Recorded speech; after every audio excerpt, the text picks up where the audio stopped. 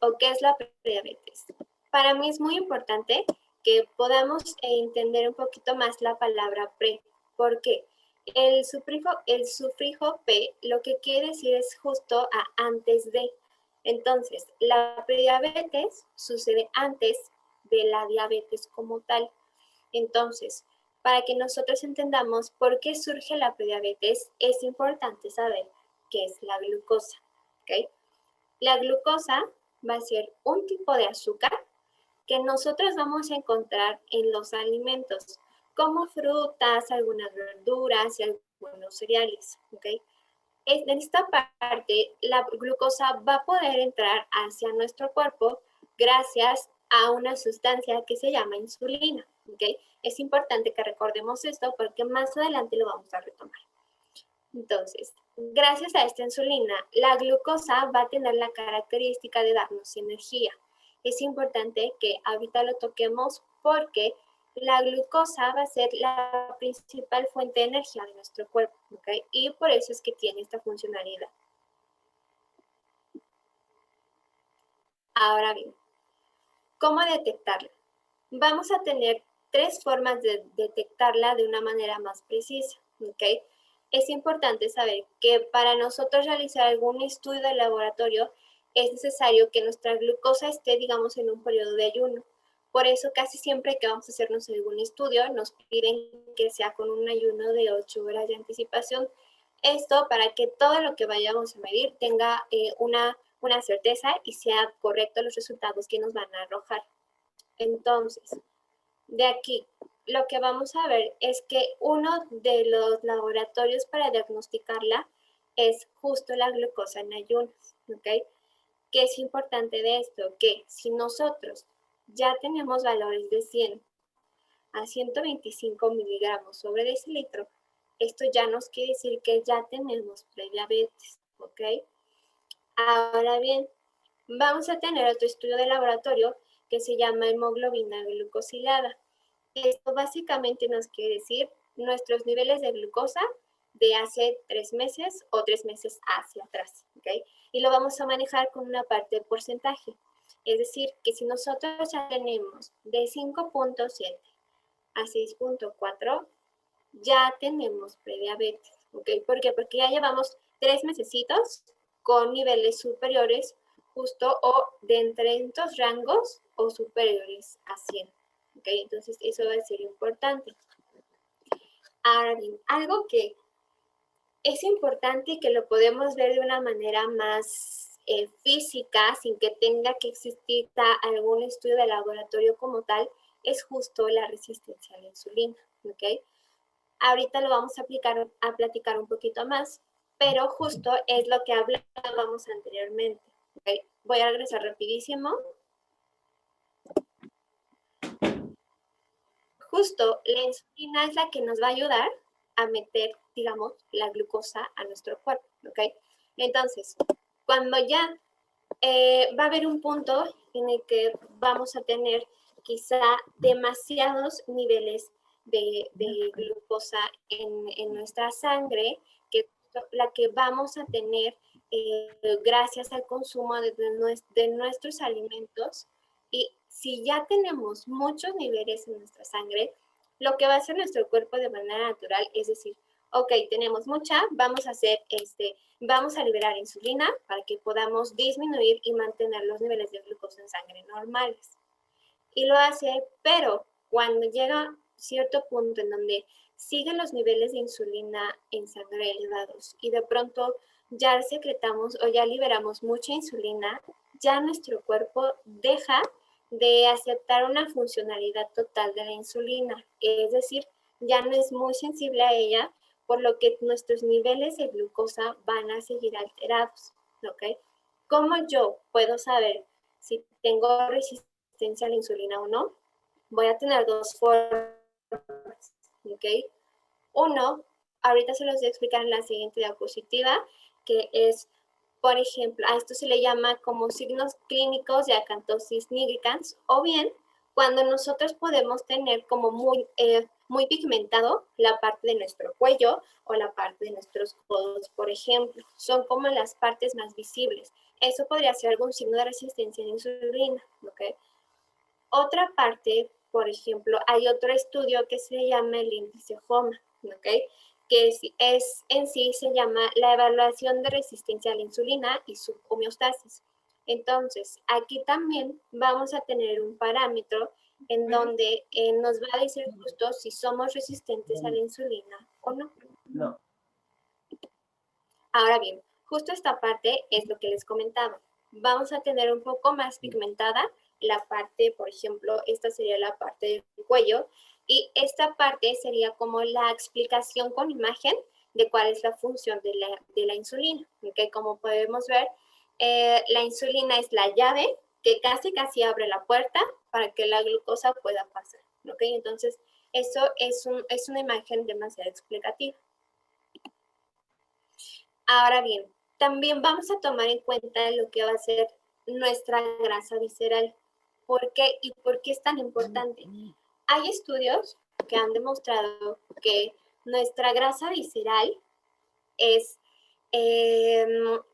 cuando tenemos en niveles elevados, tendemos a tener más bien una circunferencia de cintura aumentada. Pero ¿qué pasa?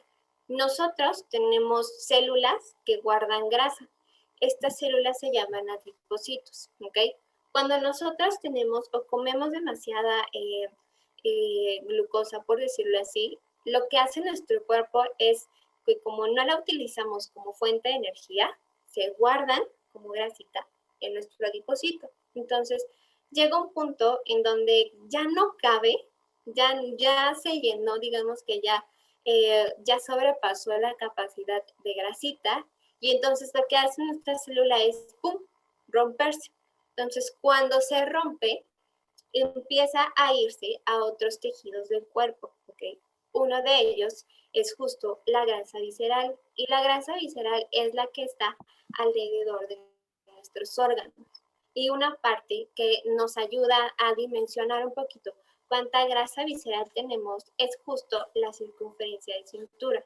Entonces, ¿por qué es importante? Porque se han visto estudios que relacionan mucho una aumentada o mayor grasa visceral con resistencia a la insulina, por ejemplo. Entonces, si nosotros no cuidamos esta parte también y si podemos como juntando nuestros puntitos y de pronto yo, por ejemplo, yo Geraldine ya empecé a notar que pues a lo mejor si tengo una pigmentación en mi cuello y a lo mejor mi abdomen si es un poco prominente, entonces va a ser muy importante que yo pueda, si sospecho, que yo pueda realizar estos estudios que anteriormente platiqué para que podamos tener un diagnóstico preciso, pero sobre todo temprano.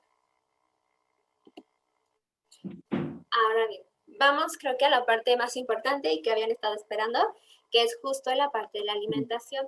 ¿Okay? Ahora bien, ya tengo prediabetes, ¿qué es lo que puedo hacer?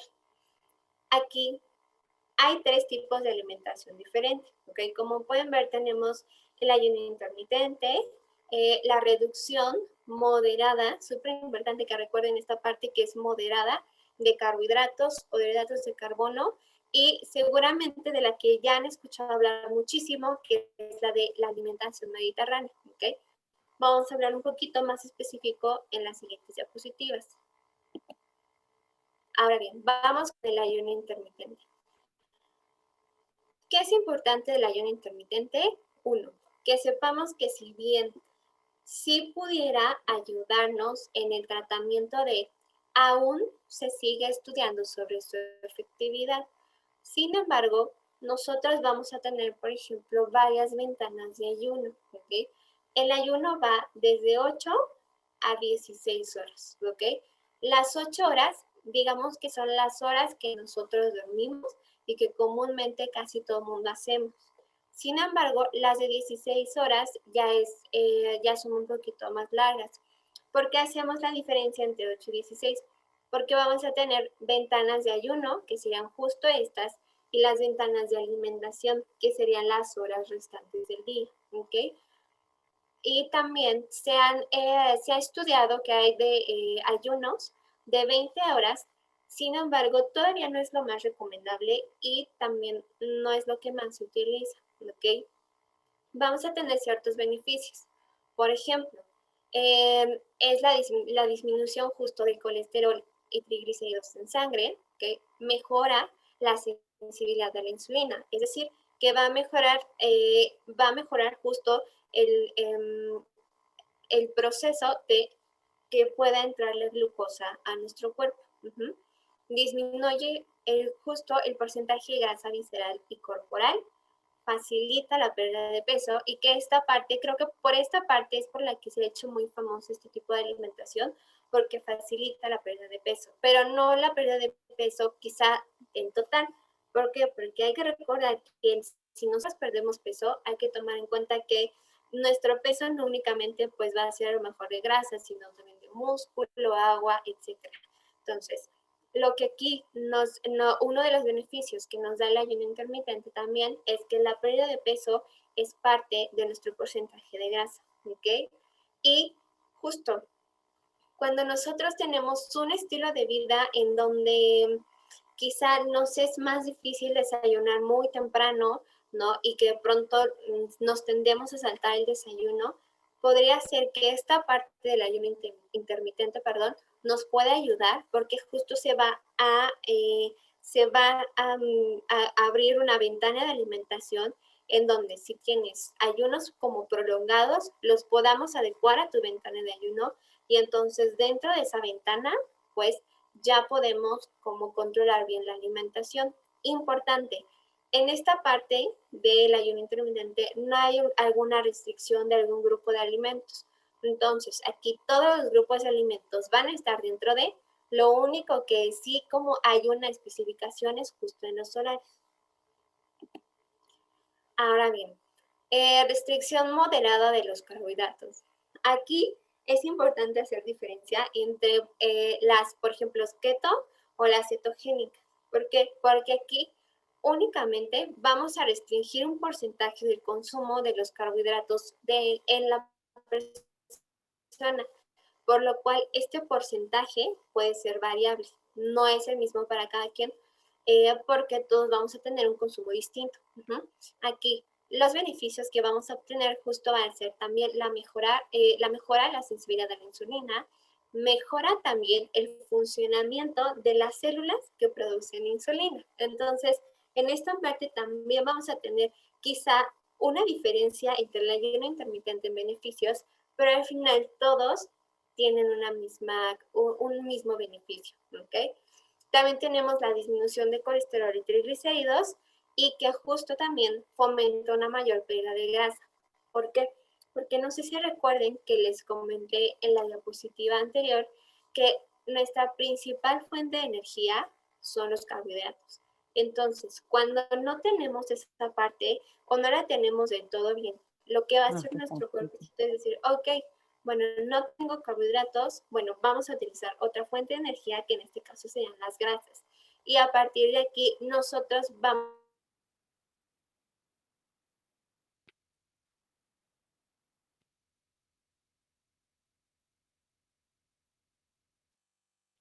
Ya se trabó.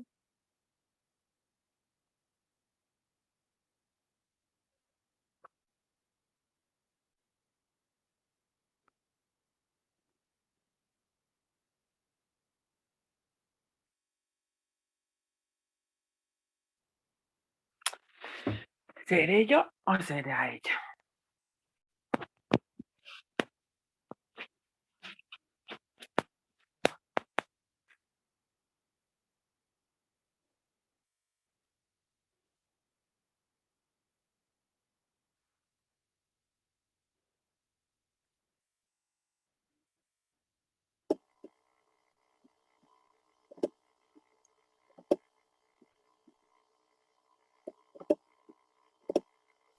Listo, perdón.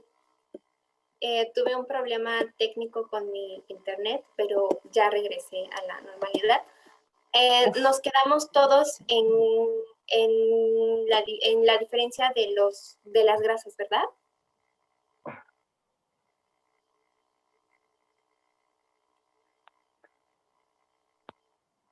Sí. Ok, perfecto. Muy bien. Entonces, nos quedamos en esta parte de que tenemos que tener una mayor cantidad de consumo de grasas monoinsaturadas, como venían justo en pescados, semillas, pero también lo encontramos en algunos aceites, ¿okay? Como puede ser de aguacate o aceites de oliva. Aquí las grasas que no se recomiendan justo son las que vienen saturadas o que vienen de, por ejemplo, embutidos. En este sentido, no se recomiendan. Aquí es la gran diferencia, ¿ok? Y, por ejemplo, proteínas, bueno, pues las proteínas de alto valor justo puede ser el pollo y el pescado. ¿Por qué? Porque en este sentido también nos van a ayudar a reducir los niveles de colesterol, ¿ok? Que, por ejemplo, algunas carnes rojas, como pueden ser las de cerdo y las de res. Por esta parte es que generan una mayor saciedad porque tardan más tiempo en digerirse. ¿Ok? Y por último, vamos a tener justo la que es la alimentación mediterránea. Aquí lo más importante es que si bien tampoco hay una restricción como de un grupo de alimentos, ni tampoco de un horario, aquí nos vamos a basar más en incluir más frutas y verduras, más cereales, disminuir más la cantidad de carnes rojas, en este sentido quizá no como el anterior, que no hay una recomendación, aquí en la Mediterránea sí, máximo una vez por semana se recomienda un consumo de carnes rojas.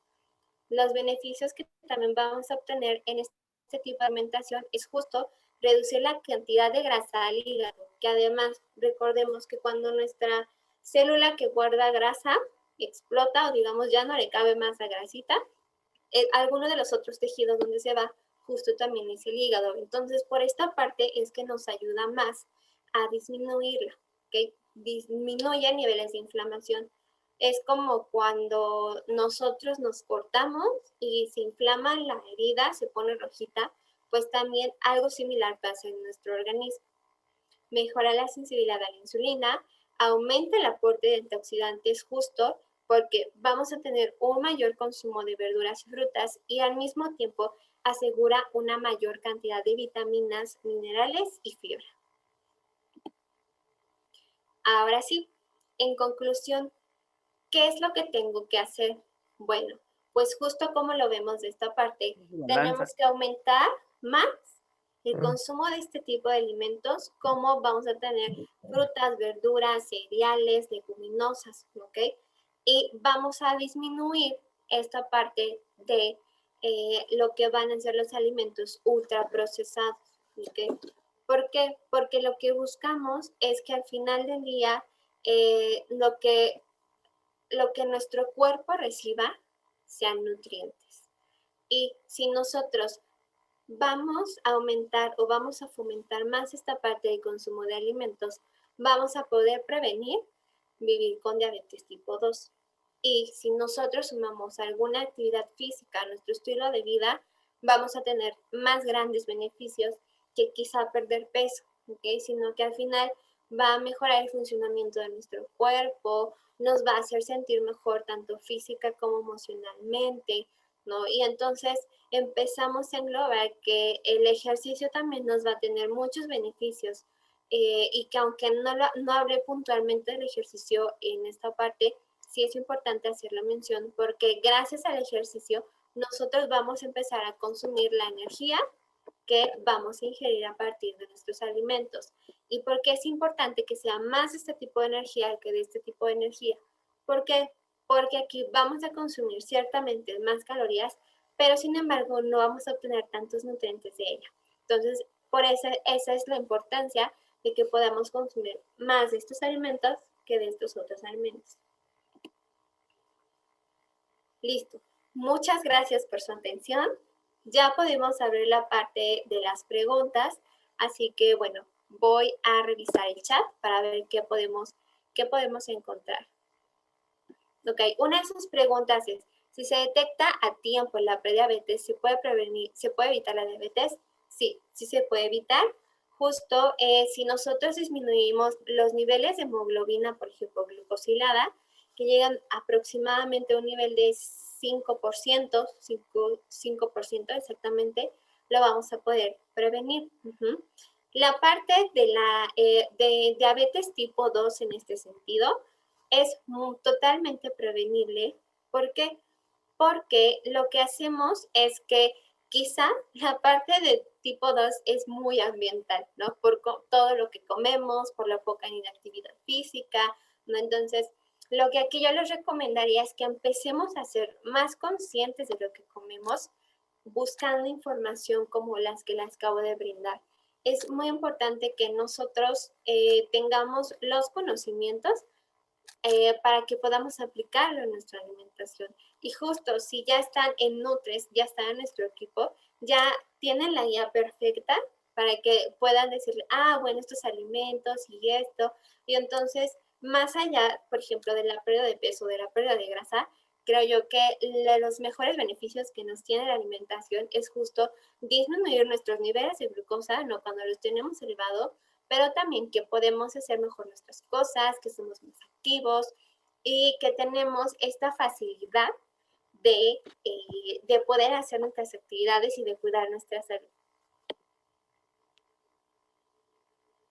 Ok, otra de sus preguntas es, cada cuánto, me recomiendas hacerme estudios una vez que salieron adecuados los niveles de glucosa? Si ya salieron adecuados tus niveles de glucosa, lo que yo te podría recomendar es que quizá lo puedas hacer cada 3, cada 6 meses, para que entonces pudieras llevar un control adecuado. ¿Qué es lo más importante? Que quizá no lo toqué tanto en este webinar, sin embargo, vamos a tener dos tipos de hidratos de carbono, de carbohidratos. Que, por ejemplo, justo, voy a regresar un poquito para poder explicarles un poquito mejor, que justo vamos a tener la parte de los que decimos complejos y la otra que tenemos simples, ¿no? Y entonces, dentro de los complejos, vamos a tener esta parte de las frutas, verduras, las frutas por su cáscara, claro, las verduras y los cereales, ¿ok? Y entonces, los que vamos a evitar son justamente esta parte de los refinados, ¿no? Como pudieran ser algunos refrescos, papas fritas, algunos helados quizá, ¿no? Entonces, mientras nosotros tengamos de una mayor manera el consumo de este grupo de alimentos, más una actividad física, es muy casi seguro que podamos tener adecuados nuestros niveles de glucosa. Sin embargo, hacer una revisión de cada 3 primero y quizá ya cada 6 meses podría ser lo ideal para que lo podamos tener un poquito más en mente y controlado.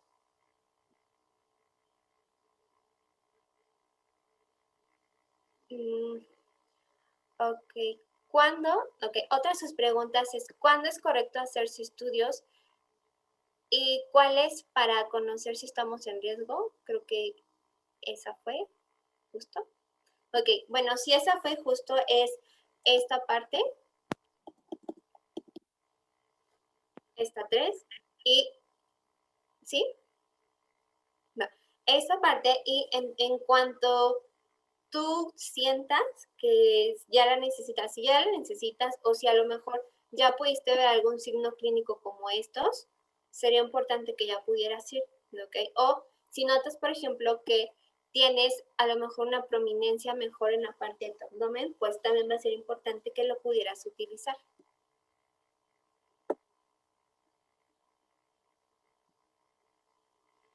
Otra de sus preguntas es, ya si vivimos con diabetes, ¿se puede realizar el ayuno intermitente? Te podría decir depende, ¿ok? Va a depender justo de cómo estés realmente, que te hagamos una evaluación completa y que a partir de esta evaluación justo podamos determinar qué tipo de alimentación es adecuada para ti. Sin embargo, podría funcionar gracias a los beneficios que pude mencionar anteriormente.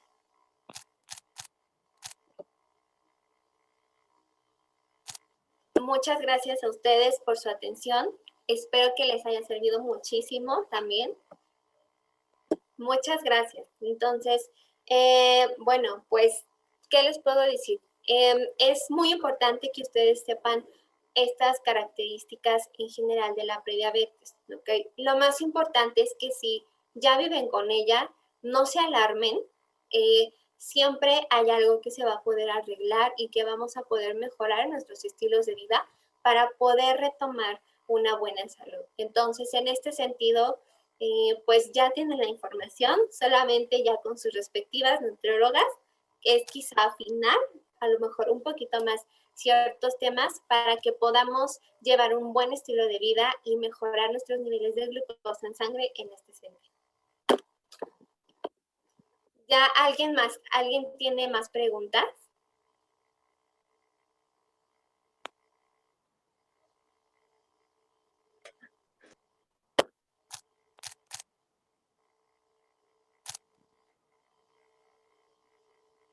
No.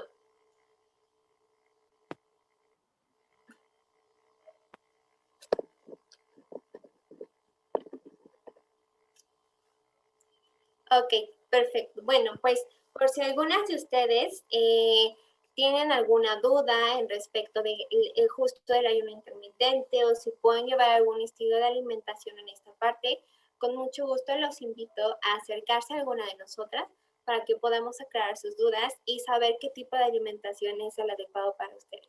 Así que muchas gracias por su atención. Espero que pasen una excelente noche y nos vemos en el siguiente webinar. Hasta luego.